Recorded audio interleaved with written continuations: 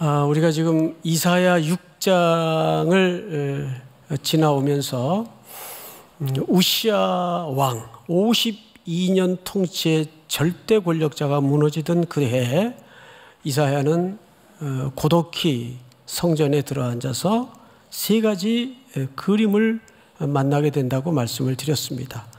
먼저 이사야가 보았던 그림은 위의 그림이었어요. 위를 보는데 하늘의 보좌가 펼쳐졌고 보좌에 앉으신 이의 옷자락이 지상 성전에 충만하고 가득했다고 했습니다.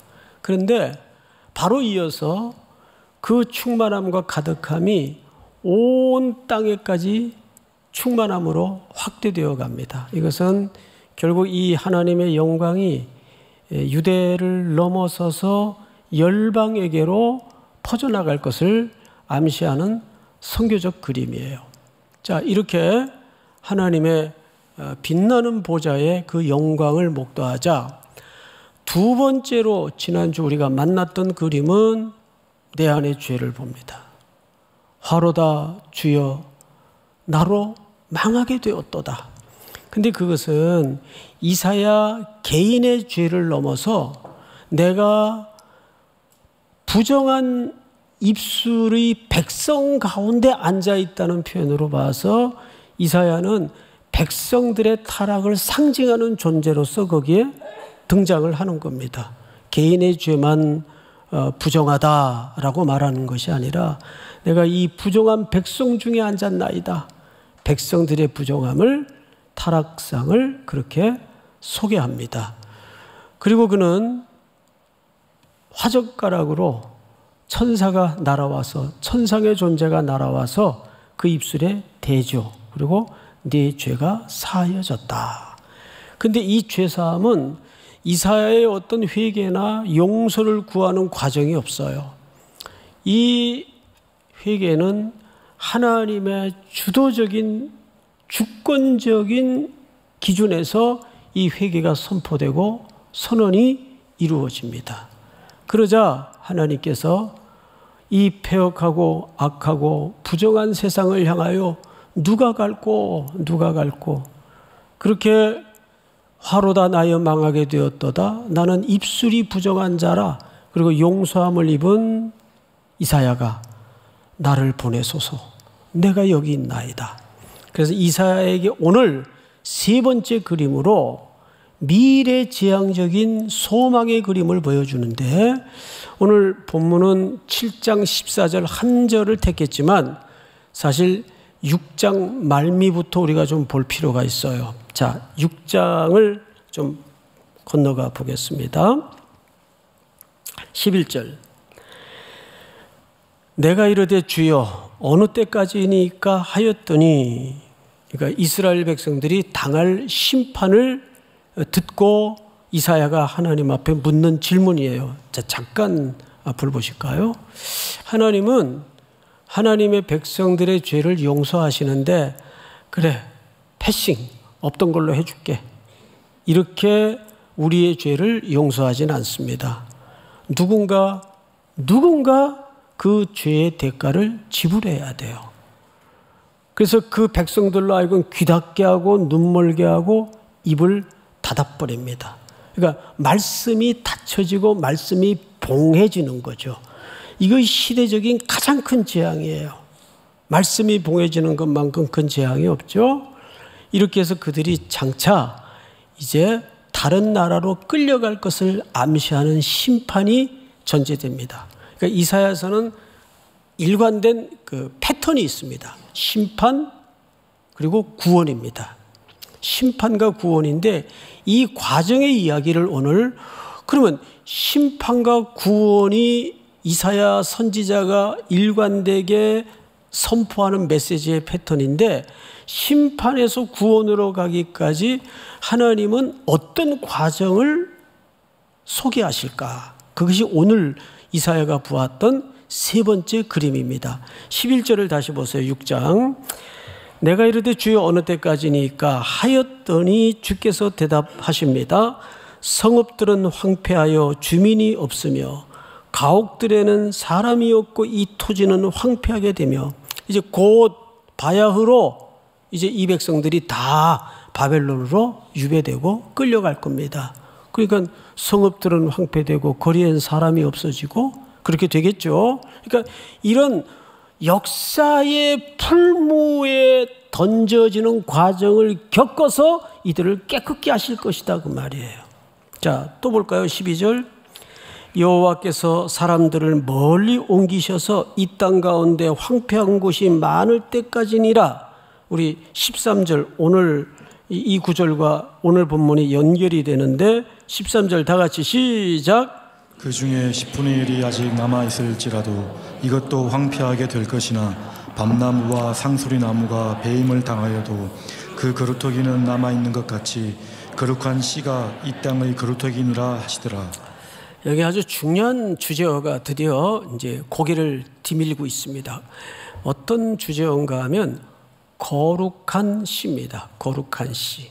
이 거룩한 씨라는 말은 씨 할 때는 째라, 또 거룩한 코데시라는 말을 쓰는데 이것이 이사야 전체뿐만 아니라 사실은 창세기 15장서부터 성경을 관통하는 큰 줄거리가 돼요. 그래서 오늘 이 주제는 단순히 이사야 강해에서만 중요한 주제가 아니에요.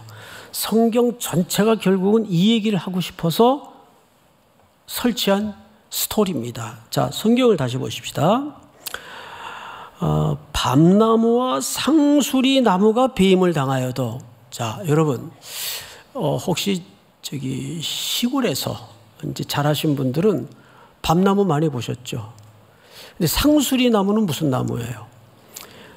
이게 제가 이제 그 그림은 미처 준비를 못 했는데 잎사귀를 딱 놓고 보면 거의 구분을 못 해요. 아주 비슷해요.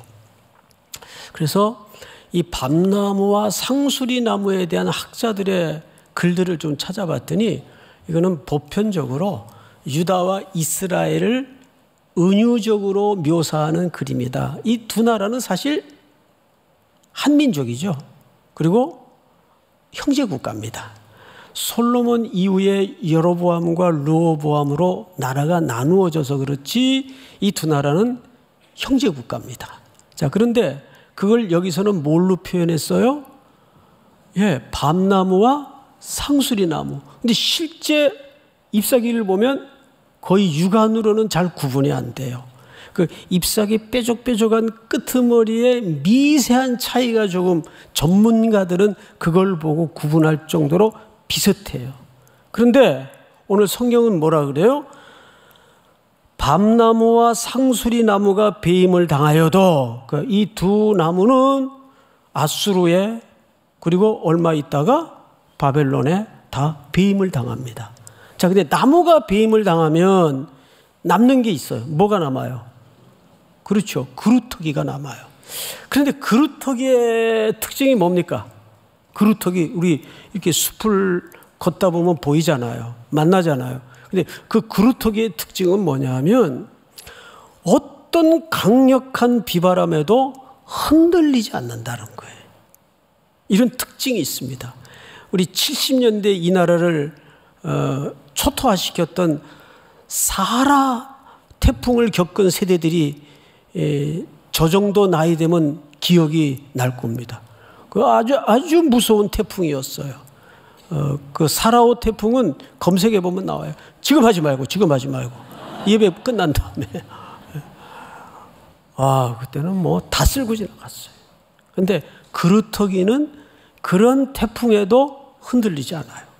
근데 오늘 성경에서 그 그루터기를 또 다른 표현을 썼어요. 이렇게 표현을 합니다. 그루터기는 남아있는 것 같이, 이걸 성경 전체에서 또 특별히 이사에서 렘넌트 사상이라 그래서 남은 자라고 표현을 합니다. 남은 자. 자, 그러면 이런 공식이 돼요. 그루터기는 또 다른 표현으로 뭘로도 불릴 수 있어요? 남은 자. 근데 그 남은 자를 오늘 이사야가 아주 놀라운 표현을 하는데 거룩한 씨. 거룩한이라는 말은 코데시. 씨라는 말은 제라. 그런데 이 제라라는 말이 창세기 3장을 한번 보실까요? 15절. 제가 좀 읽겠습니다. 내가 너로 여자와 원수가 되게 하고 네 후손도 여자의 후손과 원수가 되게 하리니. 여기 여자의 후손이 나와요. 이 여자의 후손이 후손이라는 단어가 씨라는 뜻입니다. 제라. 그래서 이것은 단수로도 쓸 수 있고 참 오묘한 단어예요. 단수로도 해석이 가능하고 복수로도 해석이 가능하고 집합명사로도 해석이 가능합니다. 이해가 되죠? 그러니까 여러 시각으로 해석이 가능한 단어가 제라입니다. 근데 보통은 단수로 써요. 자, 여자의 후손과 원수가 되게 하리니 여자의 후손은 네 머리를 상하게 할 것이요 너는 그의 발꿈치를 상하게 할 것이니라. 그러면 여러분, 이걸 보통 우리 신학자들은 원시복음이라 그래요. 성경에서 지시한 최초의 복음, 원시복음인데 왜 그런가 하면 여기 보통 남자의 후손이라 그러죠, 히브리인들은. 근데 여긴 유독 누구의 후손이요? 여자의 후손이에요. 이 여자의 후손이 단수로 쓰여졌어요. 그러면 이 여자의 후손은 장차 먼 역사의 언덕을 넘어서 구체적으로 나타날 누구를 가리키는 겁니까? 예수 그리스도를 가리키는 거예요. 그 여러분들은 이미 지금 신약의 시대를 넘어서 결론을 알고 있으니까 이분은 예수 그리스도를 얘기하는 거다. 그런데 여기서 여러분들이 한 가지 기억할 것은 항상 이 거룩한 씨가 등장할 때는 그 시대의 맥락에서도 이해를 가져야 될까요? 그 이해는 필요 없을까요? 그렇죠. 그 시대의 역사의 맥락에서도 이해를 가져야 수천 년 후 실체로 오실 예수 그리스도에 대해서 정확한 이해를 갖게 됩니다. 이제 이 얘기는 제가 설명을 드리면서 마저 정확하게 말씀을 드리겠습니다. 자, 이제 7장으로 넘어오세요. 7장. 우시야의 손자 요담의 아들인 유다의 아스 왕 때에, 자, 여러분 앞을 보세요. 복잡한 것 같지만 잘 들어보시면 쉬운 얘기예요. 6장에서는 어느 왕의 죽음이 소개됐죠? 그렇죠. 우시야 왕의 죽음이 소개됐어요. 몇 년 통치하다가 52년을 통치하다가 그 다음에 왕이 된 사람이 요담이에요. 근데 7장에서는 요담의 아들 누구 왕 때의 이야기가 등장하고 있어요. 그렇죠. 그러면 이미 6장과 7장 사이에는 역사적 시간이 흘렀다는 얘기입니까? 바로 맞이어진 시간입니까? 어느 정도 흘렀다는 얘기예요. 왜? 1절을 다시 보세요. 우시야의 손자 요담의 아들인 유다의 아스 왕 때, 그러니까 벌써 우시야도 죽고 요담도 역사의 무대 뒤로 사라지고 그 아들 누구 때 이야기입니까? 그렇죠. 아스 왕 때의 이야기예요. 이 유다 왕의 계보를 얘기하는 거죠. 자, 아스 왕 때에 어떤 일이 있었는가? 우선 7장 1절은 어떤 일이 있었는데 그 있었던 일에 대한 결론을 놓고 이제 그 과정을 2절부터 설명을 하는 거예요. 어떤 일이 있었는가 하면 아람의 르신 왕과 르말리아의 아들 이스라엘의 베가 왕이 올라와서 예루살렘을 쳤으나 능히 이기지 못하니라. 이런 일이 있었다 그 말이에요. 근데 그 과정을 이제 2절부터 설명을 하는데 잘 들어보세요. 어떤 사람이 다윗의 집, 자 여러분, 다윗의 집은 누구를 가리키는 거예요? 아스 왕이 어느 집 혈통이에요? 다윗의 혈통이에요. 그런데 여기에서 아스 왕에게라고 말하지 않고 다윗의 집에 알렸다 그래요. 다윗의 집. 이 다윗의 집은 굉장히 중요한 주제가 됩니다. 우리 창구 구절 두 구절을 읽고 지나가십시다. 사무엘하 7장을 한번 띄워주세요. 다윗의 집에 하나님이 그 소위 다윗의 언약을 하신 겁니다. 네 수완이 차서 네 조상들과 함께 누울 때에 내가 네 몸에서 날 네 뭐를 째랍니다. 씨를 네 뒤에 세워 그의 나라를 견고하게 하리라. 그러니까 네 씨를 뒤에 세워서 그의 나라. 여기서 말하는 씨는 우리는 신약을 넘어온 백성들이기 때문에 이 그리스도인 줄 알아요. 근데 이때 이 백성들은 이걸 알까요, 모를까요? 역사의 시점인 그 맥락에서는 모르고 지금 듣는다 그 말이에요. 이게 뭔지, 누군지. 그리고 그의 나라, 우리는 이 그의 나라가 하나님의 나라인 걸 알아요. 그러나 이 시대의 역사적 맥락에서의 백성들은 그거를 잘 모른단 말이에요. 또 13절 한번 같이 읽어보십시다. 시작. 그는 내 이름을 위하여 집을 건축할 것이요 나는 그의 나라 왕위를 영원히 견고하게 하리라. 그는 내 이름을 위하여 집을 건축할 것이요 그의 나라의 왕위를 영원히 견고하게 하리라. 이런 다윗의 언약이 있었어요. 누구에게? 다윗의 집에. 하나님이 직접 하신 언약이에요. 그런데 오늘 2절을 다시 보시면 어떤 사람이 그런 언약이 흘러오고 있는 다윗의 집에 알려 이르되 아람은 이스라엘 북쪽에 얹어져 있는 나라예요. 에브라임은 북이스라엘의 또 다른 표현이에요. 그러니까 이런 겁니다. 아람하고 북이스라엘하고 연맹을 맺었어요. 왜? 이 아래쪽에 자리 잡은 유다를 손보기 위해서. 왜냐하면 유다가 호락호락 말을 잘 안 들어요. 그래서 이참에 아람하고 북이스라엘하고 연합군을 맺어서 이제 오해하면 안 되고, 예를 들면 여러분 딱 이해하기 좋게 예를 들면 북이 우리를 좀 손보기 위해서 자기들 힘으로만은 역부족일 수 있으니까 어디하고 손을 잡은 거예요? 중국하고 손을 잡고 동맹을 맺어서 내려온 거예요. 그러니까 그 규모가 얼마나 어마어마하겠어요. 이 한반도에서도 반쪽짜리가 난 이 밑에는 삼면이 바다인 떠밀리면 그냥 다 몰살할 수밖에 없는 그런 절체절명의 위기에 빠진 겁니다. 누가? 다윗의 집이 현실적으로는 역사의 맥락에서는 어느 왕 때? 우시아의 손자 아하스 왕 때 이런 일이 벌어진 거예요. 자, 그래서 그들의 상태를 이렇게 소개했어요. 아람이 에브라임과 동맹하였다 하였으므로 왕의 마음과 그의 백성의 마음이 숲이 바람에 흔들림같이 흔들렸더라. 그러니까 반 정신이 나갈 정도로 혼비백산해 있단 말이에요. 그러니까 여러분 이렇게 큰 숲이 바람이 불 때 이렇게 영화 같은 데 보면 정말 어마어마하잖아요. 바람이 이렇게 흔들리면 그 공포감이 얼마나 으스스했겠어요. 근데 여기 표현을 잘 보시면 이렇게 되어 있습니다.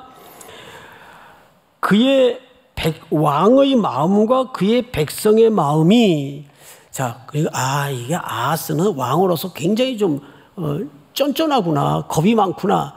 이게 이렇게 볼 문제입니까? 그럼 우리 같으면 이런 상황 속에서 숲이 바람에 흔들림처럼 흔들리지 않겠어요? 예? 이거 어떡하나. 근데 왕의 마음이나 백성의 마음이나 지금 똑같아요. 흔들리는 게. 이거 어떡하나. 이건 겁쟁이라는 그런 심정적 차원에서만 접근할 문제가 아니라 이건 누가 이런 상황을 맞이해도 당연한 반응일 수밖에 없다 그 말이에요. 자, 그런데 이때 재미있는 일이 벌어집니다. 4절, 3절부터 읽겠습니다.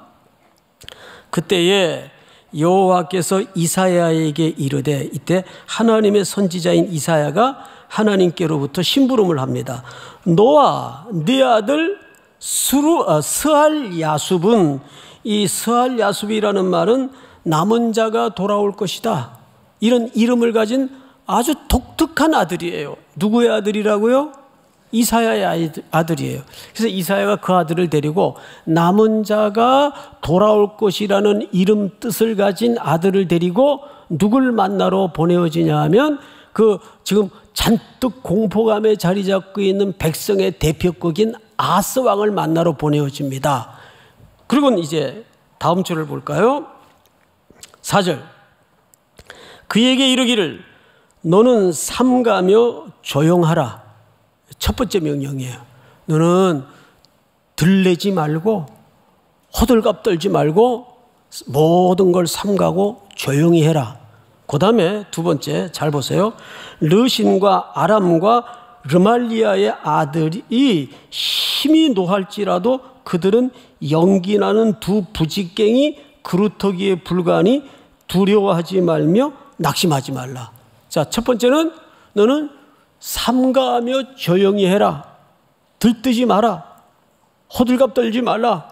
그리고 두려워하지 마라. 그들이 아무리 너희들을 큰 세력을 몰고 동원해서 너희들을 집어삼킬 것 같은 위세를 부려도 걱정하지 마라. 이거 하나님의 사람을 통해서 하나님이 뭘 들려주신 거예요? 예? 다윗의 언약을 상기시키시고 하나님의 말씀을 들려주신 거예요. 자, 그런데 다음 절 볼까요? 6절. 5절부터 읽겠습니다. 아람과 에브라임과 르말리아의 아들이 악한 꾀로 너를 대적하여 이르기를 우리가 올라가 유다를 쳐서 그것을 쓰러뜨리고 우리를 위하여 그것을 무너뜨리고 다부엘의 아들을 그 중에 세워 왕으로 삼자 하였으나 이것이 동맹군들의 의도였습니다. 그 아스가 호락호락하지 않으니까 유다 백성들이 호락호락하지 않으니까 우리 이참에 연합군 결성해서 밀고 내려가지고 정권을 바꾸자. 그리고 우리 손에 쪼물락거릴 수 있는 이 사람을 왕으로 세우자. 이렇게 계획을 가지고 밀고 왔던 겁니다. 자, 그런데 몇 절을 보시냐면 7절. 주 여호와의 말씀이 그 일은 서지 못하며 이루어지지 못하리라. 이 누구의 말씀이에요? 이사야의 말씀이 아니고 주 여호와의 말씀을 이사야의 입에 물려주신 겁니다. 대저 아람의 머리는 다메섹이요 다메섹의 머리는 르신이며 65년 내에 에브라임이 패망하여 다시는 나라를 이루지 못할 것이며 이 북이스라엘을 얘기하는 거죠. 북이스라엘의 머리는 사마리아의 머리는 르말리아의 아들이니라. 만일 너희가 굳게 믿지 아니하면 너희는 굳게 서지 못하리라 하시니라. 이 무슨 얘기냐 하면 내 말을 굳게 믿고 걱정하지 마라. 근데 만약에 너희가 이거 믿지 않고 흔들리면 너희도 굳게 서지 못할 것이다. 그러니까 하나님의 약속과 언약을 선지자의 말을 절대적으로 신뢰해라. 이 뜻이에요. 자, 그런데 여기서 그치질 않고 하나님이 재밌는 액션을 취하십니다. 10절. 여호와께서 또 아스에게 말씀하여 이르시되 너는 네 하나님의 여호와께 한 징조를 구하되 깊은 데에서든지 높은 데에서든지 구하라 하시니. 자, 앞을 보세요. 보통 성경에서는 일반적으로 하나님이 뭘 하겠다고 약속을 하셨는데 인간이 잘 안 믿어요. 그리고 꼭 토를 달죠. 정말 하나님이 그 약속이 참되시면 증표를 좀 보여주십시오. 이게 보통 성경에 나와 있는 패턴이에요. 기드온이 그랬죠. 모든 징표가 이런 패턴을 벗어나지 않아 사람 쪽에서 먼저 구해요. 자, 그런데 오늘 여기서는 사람 쪽에서 구한 게 아니에요. 누가 구하라고 했죠? 하나님이 징표를 구해라. 이 징표라는 말이 오토라는 말인데 징표를 구해라. 그랬더니 아하스가 놀라운 반응을 해요. 12절 같이 한번 읽어볼까요? 11절 시작. 너는 내 하나님 여호와께 한 징조를 구하되 깊은 데에서든지 높은 데에서든지 구하라 하시니. 아하스가 이르되 나는 구하지 않겠나이다. 나는 여호와를 시험하지 않겠나이다 한지라. 그러니까 이게 우리가 읽다 보면, 이야, 아하스가 그래도 믿음이 있긴 있구나. 예? 징표를 구하라 그랬는데도, 그런 징표까지 필요 없습니다. 나는 여호와를 어떻게 내가 시험합니까? 이런 뉘앙스로 오해를 하기 쉽다고요. 이게 그 뜻이 아니에요. 이게 무슨 뜻인가 하면, 하나님 됐습니다. 이미 해는 기울었고 이제 상황은 날이 저물었는데 이제 더 이상 여기서 우리가 분석 다 해보고 병력 카운트 다 해보고 무기 상황 다 점검해봐도 우리는 이제 죽음의 날짜를 받아놓은 그거 외에는 답이 없습니다. 이제 됐습니다. 끝난 겁니다. 여기서 더 이상 징표를 구한들 무슨 뾰족한 수가 있겠습니까? 그래서 나는 징표를 구하지 않겠습니다. 두 번째는 뭐라 그랬어요? 성경을 잘 보세요. 징표를 구하지 않겠습니다. 여호와를 시험하지 않겠습니다.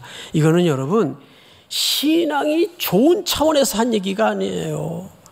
하나님의 적극적인 보호와 약속을 더 이상 이런 거죠. 현실을 보세요. 그게 될 문제인가? 그런 말씀은 그 교회 안에서나 통하는 얘기고, 여러분 정말 말씀이 현실이 되어 계세요? 그 얘기예요. 그 얘기. 이거는 신앙적인 차원의 한 얘기가 아니라 아하스가 고마합시다 하나님. 됐습니다.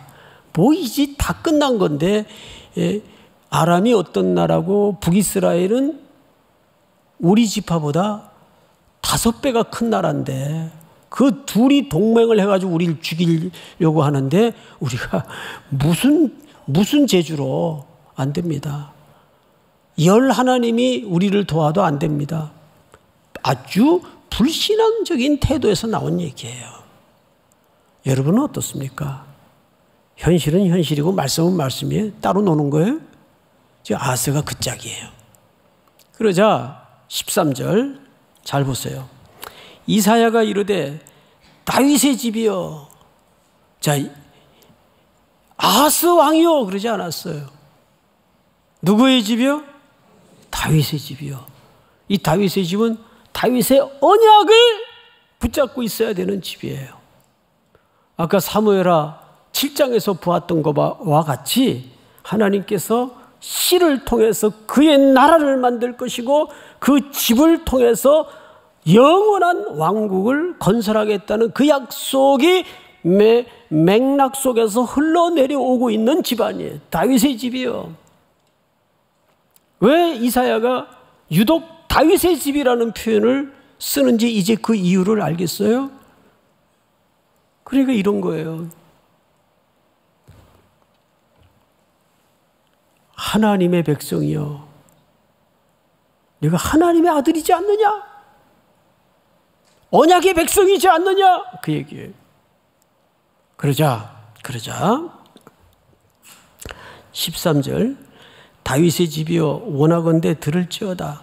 너희가 사람을 괴롭히고서 그것을 작은 일로 여겨 또 나의 하나님을 괴롭히려느냐?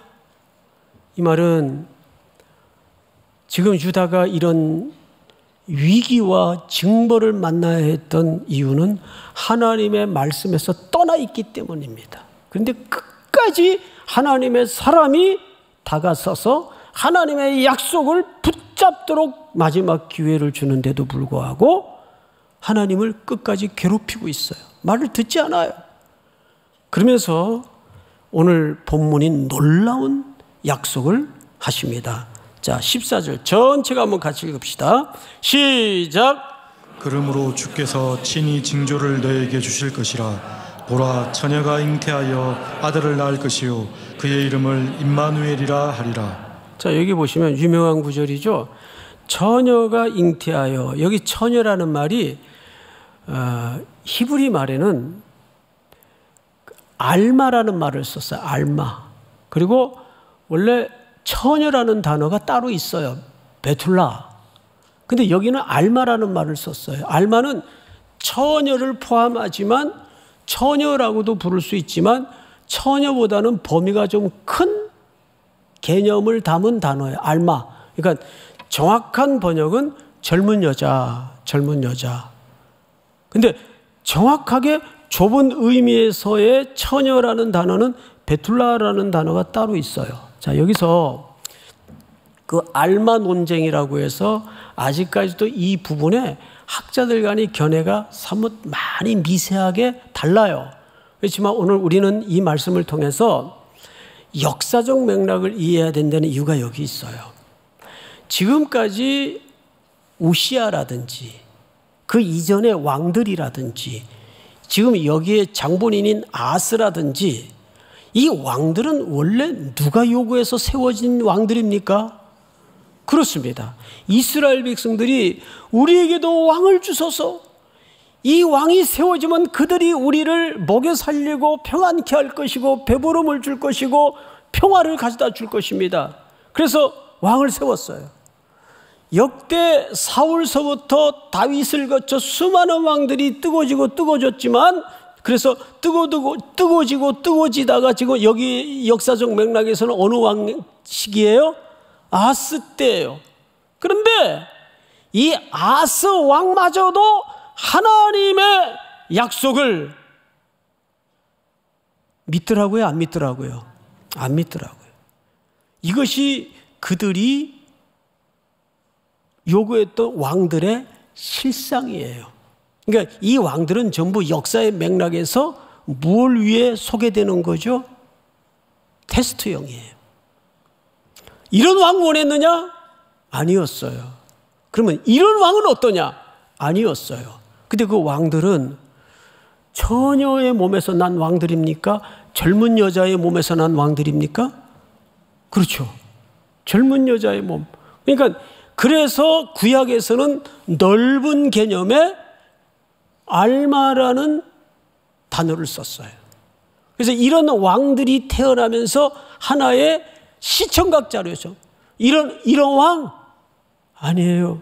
그럼 이런 왕? 아니에요. 결국은 두 나무는 밤나무처럼 상수리나무처럼 배임을 당해서 아수르로 바벨론으로 끌려가요. 그 역사의 뜨거운 풀무의 시간 속에 그들은 처절하게 뭘 깨달아요?